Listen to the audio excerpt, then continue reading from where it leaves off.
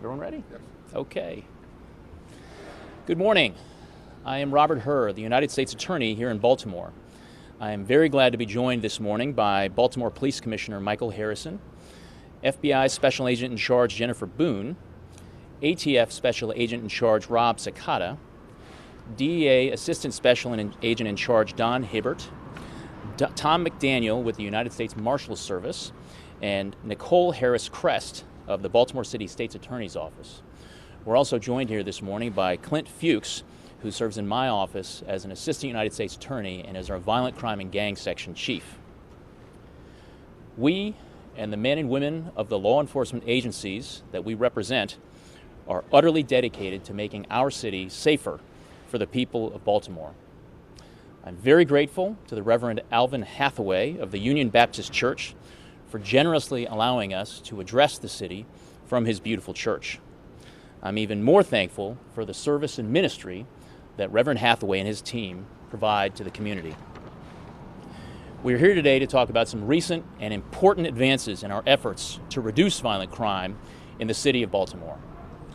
Today, I am announcing arrests and indictments in 4 separate federal investigations taken down in the last few weeks that target violent groups in the parts of our city that are most stricken by gun violence. Before I describe some of the specifics of these cases for you, a few things to note. The 4 federal cases you'll hear about this morning are just one part of our strategy to reduce violent crime. In addition to proactive cases like these, we also do our part to react to gun arrests in the city by working with the Baltimore Police Department, the Baltimore City State's Attorney's Office, and ATF to screen every gun arrest and determine which defendants should be prosecuted in federal court. We are also engaging in outreach, using tools such as public service announcements and community resource provider fairs, like the one going on today here at Union Baptist this morning, to help make sure that people do not end up in federal court or any court in the first place. In the 4 proactive cases you'll be hearing about this morning, all of which were taken down during the last several weeks, federal grand juries have indicted a total of 90 defendants.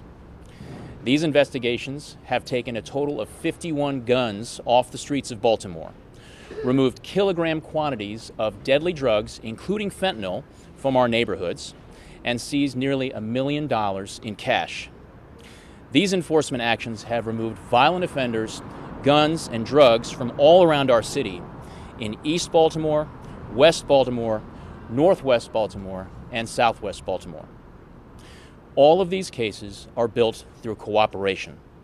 These types of cases, proactive investigations focused on those neighborhoods in our city suffering from the most violence, simply do not happen without close partnership between Baltimore police officers and federal agents and prosecutors. These results that we're going to talk about today are the fruit of months of painstaking investigative work. While it takes only the blink of an eye to take a life with a gun, it takes much longer to gather the evidence necessary to bring the people responsible to justice.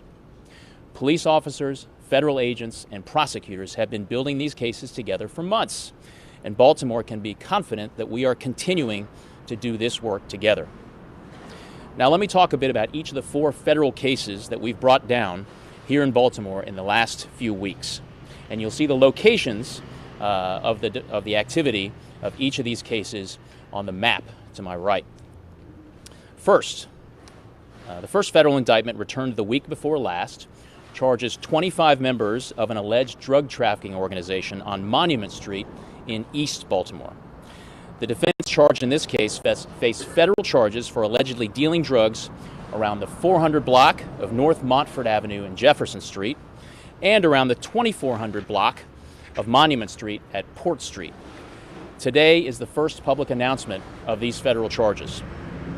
Beginning last year in July, these defendants allegedly distributed heroin, fentanyl, powder cocaine, and crack cocaine to individual drug users and in bulk quantities to other drug traffickers who resold the drugs in and around Baltimore. 10 of these defendants also face gun charges. During the investigation, law enforcement seized 9 guns, more than 14 kilograms of cocaine, about 4.5 kilograms of heroin, and 479 grams of fentanyl, which is enough to kill over 200,000 people. Law enforcement also seized more than $472,000 in cash in this investigation, as well as jewelry and vehicles worth almost $500,000. Second, also the week before last, another federal indictment charged 6 defendants for a drug distribution conspiracy allegedly operating in the area of Frederick and Collins Streets in southwest Baltimore. Today is the first public announcement of this investigation's takedown as well. In addition to drug charges, the lead defendant, named Jabril Ali, faces numerous federal gun charges. During this investigation, law enforcement seized 5 guns and 400 grams of fentanyl. If convicted, Mr. Ali faces a mandatory minimum of 10 years in federal prison and up to life in federal prison. His co-defendants face up to 20 or 40 years in federal prison. The third investigation resulted in 2 separate federal indictments, charging a total of 38 defendants for allegedly participating in 2 separate drug trafficking organizations to sell heroin, fentanyl, powder cocaine, and crack cocaine to drug users and resellers in and around the Edmondson Village neighborhood of southwest Baltimore. The second group of defendants, 16 of the 38, were charged several weeks ago on July 3rd. The defendants in this case used homes in and around Baltimore to process, cut, and package the drugs for sale.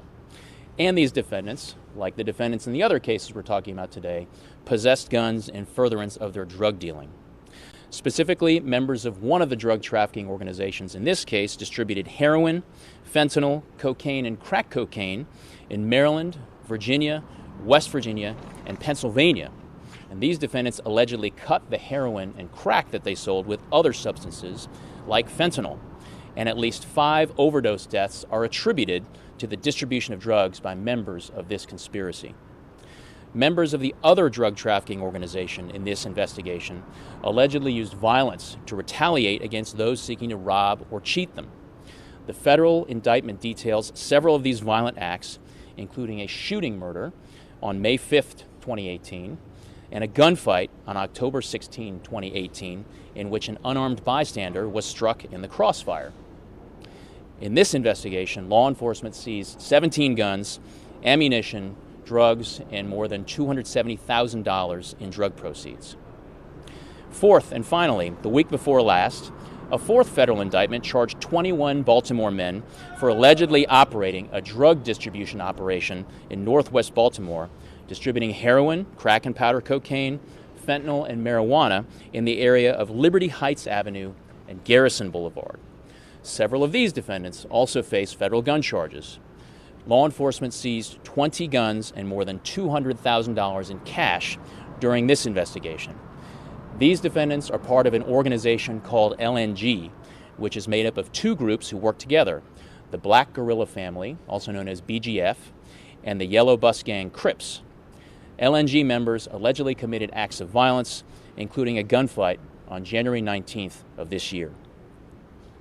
These 4 federal investigations I just described are examples of our proactive cases, ones in which we focus on regions of the city suffering from the most violence, identify those responsible for that violence, and build the evidence required for federal prosecutions, convictions, and sentences. But that is just one part of our strategy to drive down violent crime in our city. As I said earlier, we also team up with the Baltimore Police Department, the State's Attorney's Office, and ATF to screen every gun arrest in the city and identify those defendants whose criminal histories and links to violence warrant prosecution on federal gun charges in federal court. The prosecutors in my office are eager to do our part with these gun prosecutions. Indeed, my office charged 5 Baltimore City defendants on federal charges of illegal gun possession on Tuesday of this week. That's 5 charges, 5 defendants in Baltimore City on one day of this week. The message is, do not pick up a gun to settle a dispute. You do not want to be in federal court facing federal time. Finally, while it is important to hold accountable those who choose to bring gun violence and drugs to our neighborhoods, it's also important to help make sure that people make the right choices and steer clear of crimes that will land them in federal court. Now, this morning, Union Baptist Church isn't just hosting this press conference. Reverend Hathaway has generously allowed the U.S. Attorney's Office to hold a community resource fair here. Folks in my office have organized this event to bring resource and service providers into this community, including the Mayor's Office of Employment Development, the Center for Urban Families, and Healthy Lives. These folks do the hard work of giving everyone the tools to build lives that do not include guns or drugs. And without the dedication of these partners, events like the ones being held today would not be possible. Also, last week, I rolled out a series of public service announcements to play on radio stations throughout the city. The message is clear. Gun crime leads to federal time. And federal time is different. No suspended sentences, no parole, and federal prisons far from Baltimore. Our goal is a safer city with less violence, fewer guns, fewer victims, and fewer grieving families. So please put down the gun. In conclusion, I am very grateful for the hard work that led to the investigations and prosecutions you've heard about today. But all of us in law enforcement know that there is more work to be done. We're not going anywhere. We're here to stay, and we will keep doing this work together. We are all in this together. And the we in that statement includes not just law enforcement, but the entire city. All of us need to act together to stop the violence and hold accountable those who are using violence for their own selfish ends.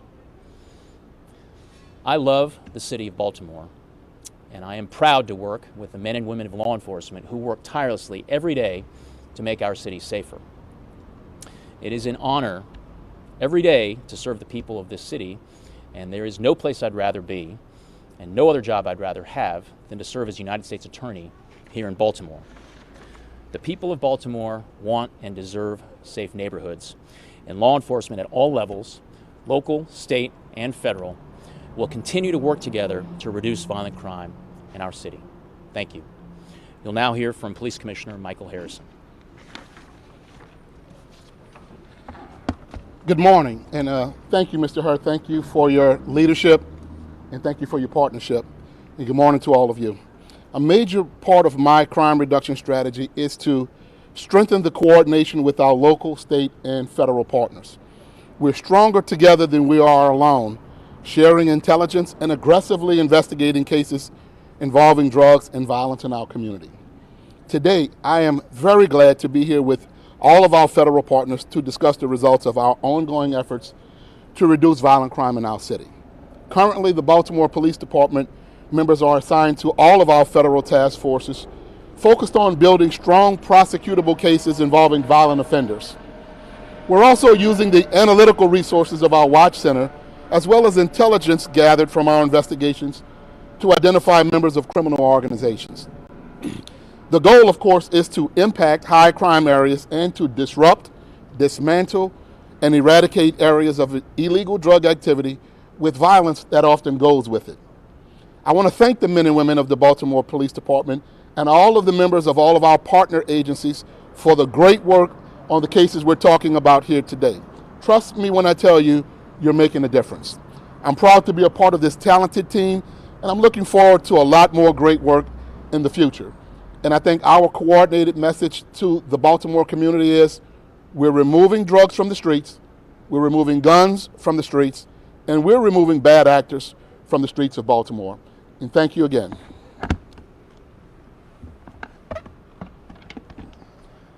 We'll take questions now if you'd like. I have a question. Yes. 6 days ago, your boss called Baltimore a drug-infested mess. Have you shared with the president the results of your efforts here to drive down violent crime? Is he aware of the difference you've been making here? Well, I am not certain if the president is personally aware of the results that we just talked about this morning. What I do know is that he should be aware of the fact that we know we have a lot of work to do here in the city, and we're resolved to keep doing it together as teams. And I really cannot emphasize enough how important the partnerships are between law enforcement at local, state, and federal levels. That's the message. I personally am focused on the violence here. I understand that is job one for the people of Baltimore, and that's what we're focused on morning, noon, and night. And do you feel like you're a federal agency? Do you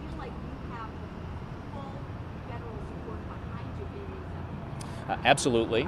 Now, I have never yet met a U.S. attorney or a law enforcement official who says they're perfectly happy with the level of resources they have.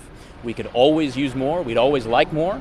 But what I do know is that we are receiving support, and we're applying that support in smart and supportive ways.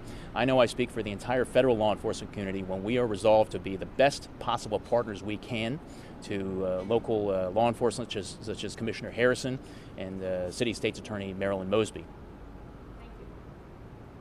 Are any of these individuals recently indicted repeat offenders? You know, again, I don't want to speak to specific details of their criminal histories because these cases are under indictment right now in terms of where they are in the criminal process. They've been charged, but they have not been convicted or tried or found guilty of their crimes. So I don't want to comment specifically on their criminal histories. What I will say is that when we are undertaking the process of identifying which parts of the city are we going to focus our proactive federal investigations on, and which particular groups of people do we identify as being repeat or drivers of violence, it's often the case, as you would expect, that these are people who have had numerous trips through the criminal justice system and have previously made choices to commit violence in our city. How different is this most recent federal partnership than the partnerships you've had in the past with Baltimore City Police and other local agencies? Well, I think we are fortunate here in the city of Baltimore that for a very long time, and this was certainly the case when Rod Rosenstein was U.S. Attorney, we had a real panoply of relationships built on trust and partnership and goodwill. We understand that there's plenty of work for everybody, and all of us need to be doing our part. We all need to be talking frequently. I really have the great pleasure of being in very frequent contact with Commissioner Harrison as well as State's Attorney Marilyn Mosby. So this partnership model, it's what has worked in Baltimore before. It has worked in other jurisdictions around the country facing violent crime problems before, and it's what we're applying here, and we know we're going to get results. I have a question for Commissioner. Yes. I know some of these takedowns are quite recent, but have you and your department seen a change in taking these defendants off the streets and dismantling these drugs? What I think we can say is I think we have, and there are members of communities who call us and tell us that they see the takedowns and they notice certain bad actors are no longer in place, either selling drugs or kind of occupying the community. And so we get a lot of communications in person from members of the community who are thankful and grateful for the work we're doing, especially when they see it. And it becomes apparently noticeable when those bad actors are not there terrorizing those neighborhoods. So I think we see a change in it shows the uniformed patrol officers that there's work being done to make their lives and their work easier also. So we see a renewed focus from uniformed patrol, renewed focus from detectives and investigators assigned to our federal partnerships, and we see better communication from our community members who tell us they see what's happening, especially on days of takedowns.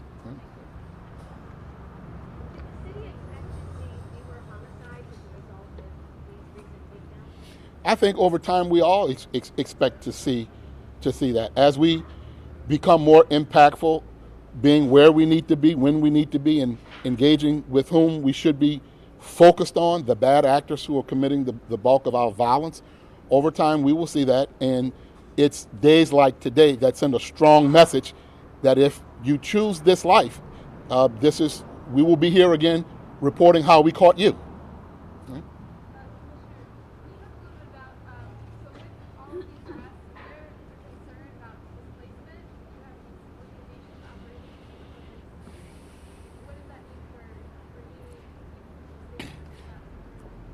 Well, that then brings into a conversation of deployment strategy. How do we now deploy resources, both uniform patrol strategies and community engagement strategies? And how do we now go into areas to build relationships with people where there could be some mistrust or they didn't think that we were doing anything about this? This is proof positive that we are doing something about it, and we do care, and we're working every day on it. And so we're always assessing every day how we assess, reassess, re-engage, redeploy, reallocate resources so that we can account for displacement and prevent and deter further crimes. Is there a concern that with gun arrests being down, that this plan, that there will be fewer federal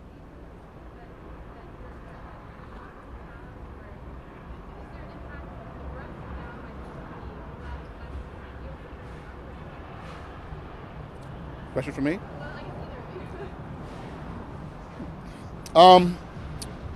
We are proactively going after everybody who's selling drugs and committing violence in this city. And when we learn about it, we are investigating every single one of those crimes. And we will use the weight of the local, state, and federal government to make sure that we can prosecute, bring cases to bear, and prosecute those individuals who are terrorizing our city. Every time we learn about it and every time we know about it. What is the follow-up? I mean, how do we make sure that there's not a suction and that more people just come up and start selling drugs again? We're not just repeating the cycle. And Rob Hur arresting people again and again. Well, that's part of the same answer I just gave. It's about assessing and reassessing and redeploying and figuring out the strategy of community engagement, a patrol strategy and design to make sure we can account for displacement so that it just doesn't move somewhere else, and how we utilize our resources and community engagement to know when up-and-coming drug dealers want to take over another neighborhood, how we can all utilize our resources with the help of the community to prevent that. Police, local, state, and federal law enforcement can't do this alone. It will be a coordinated effort with the community.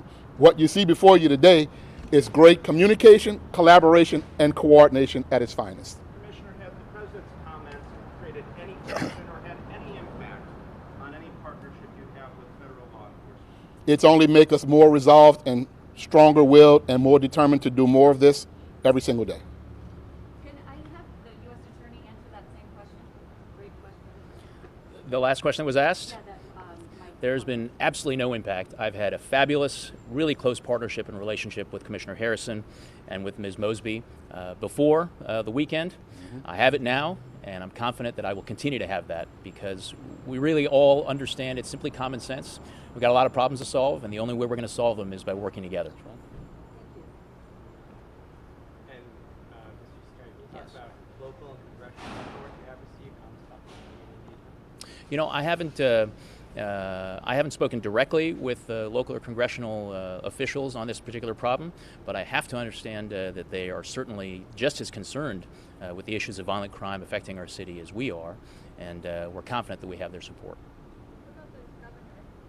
I know that before there has been talks about funding coming from state. Are you guys still getting that? Yes, we've had a number of very productive conversations with the governor's office and members of his staff.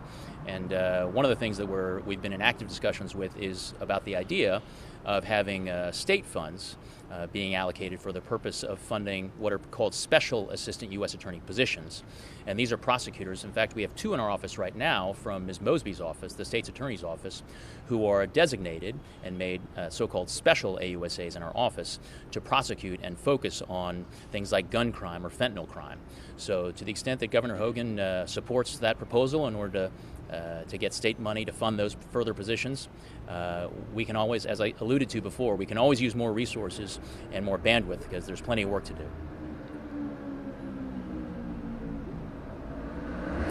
Okay. Thank you very much for being here today, everyone. Appreciate it. Well done. You bet. Thank you, sir. I've left this at a couple of press conferences. I have to always remember the truth. Oh, my goodness. Can't believe that.